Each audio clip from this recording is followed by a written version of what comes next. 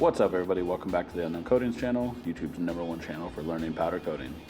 Working on a set of Volks today that these actually went through a house fire, and they didn't get beat up too bad, as you can see here. There's some areas where mostly just like melted plastic fell onto them. There are some areas where the finish is damaged, and I end up trying to pick away at some of it here, trying to figure out if it's plastic stuck to it or the damage of the actual finish itself. These are off of a GTR. I don't know too many details about the fire, but I know they went through one. So throwing these into the chemical strip setup. Of course, they come out about 30 minutes later looking like this. I have a video coming out on Wednesday of the chemical strip setup. I know I've been putting this video off forever, but I wanted to give you guys like a full breakdown after about a year of use. Give these things a rinse in the pressure wash setup, obviously. This is really one of my favorite parts about this stripper, is it strips so well that these things come out looking just like spotless when you're done. It doesn't stain the wheels, doesn't do anything weird. Once again, that's Eco Strip from Express Chem. These had a little bit of damage on the lip, just like a little bit of curb rash. I'm just going in with a 80 grit disc on a DA here, just knocking all that back down. I actually go around the lip of every wheel that I'm doing, just in case. You never see little tiny nicks and stuff. I end up doing this just to make sure that those don't exist in the finish after I'm done. I should note I actually do this before sandblasting most of the time, and they of course get sandblasted with 3060 green diamond.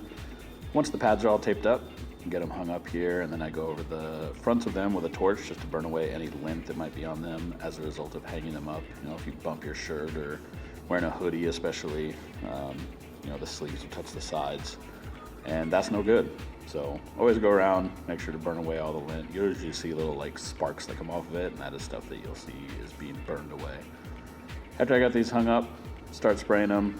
Using the color for this is called Black Bronze 2 from Prismatic. This color actually just looks like a matte black for the most part, but as soon as a decent amount of light hits it, there is a ton of copper flake in it, and you can see it's very clearly bronze. I did want to take a quick second to say, if you guys like powder coating or powder coating content, be sure to hit that like button. Consider hitting the subscribe button and turn on all notifications. That way you'll get a heads up every time I post new content. Got a couple cool videos coming up. I think if you're into powder coating or into rare parts, you will definitely enjoy. And in case you're new here, just know I pretty much always spray the back of the wheel first. I do that basically to minimize how much powder I have to put on the front of the faces. So the front of the faces obviously is typically where the more complex areas are.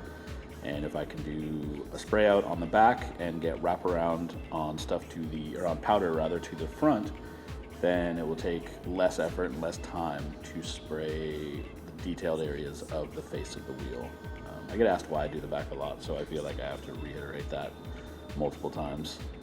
Get the barrels all done here, then we'll move around to the front of the wheel, and as you can see, a pretty good amount of these is already covered, especially in the windows, you know, between all the spokes. Got some wraparound on the spokes, of course, so then it's just minimal effort to get the spokes and the center area here all done up.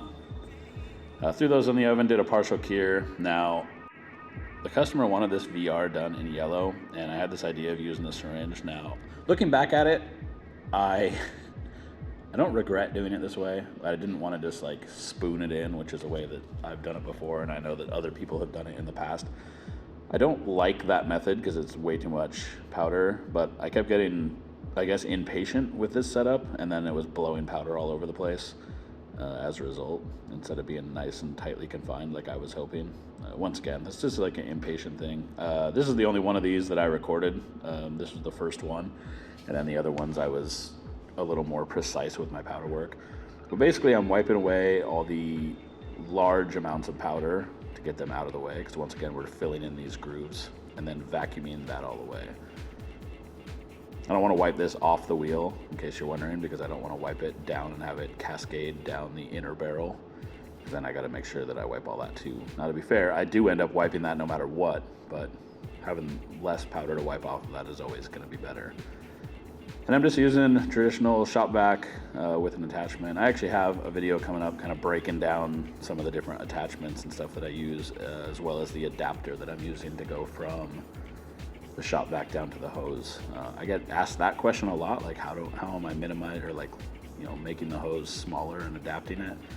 It's quite simple. I guess I never really thought that anybody didn't know how to do it. So I have a video that's gonna come out covering a bunch of the different vacuum attachment stuff that I've been using lately.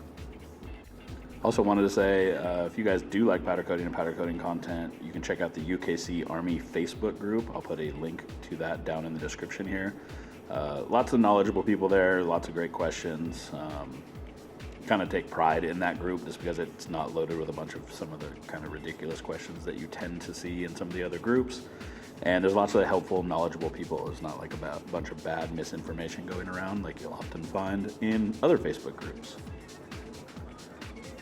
Then I just go over this. After I vacuum away most of the stuff, I just do a little touch up with my finger here, making sure all the little tiny stuff is done. Now, I'm not gonna hang these back up. I actually threw some parchment paper in my oven. I have an oven that's kind of designed to do smaller stuff like this. And threw the wheels on the parchment paper and let them cure. And this is them pre-cure. This is, of course, the center caps. I actually just realized the way I edited this video is very strange. My apologies. But this is them hanging back up. I actually just hung them back up to do, I flashed out the yellow powder and then hung them back up to do a full cure on the wheels. Because once again, the initial bronze color was only done in a partial cure to make sure that this yellow would bond to it just fine. As you can see, this color mostly looks black, and then once it gets some decent light on it, you can definitely see the copper bright highlights, because it does have quite a bit of copper flake in it, and it's a great color. That'll wrap this video, guys. I appreciate your time and look forward to seeing you next time.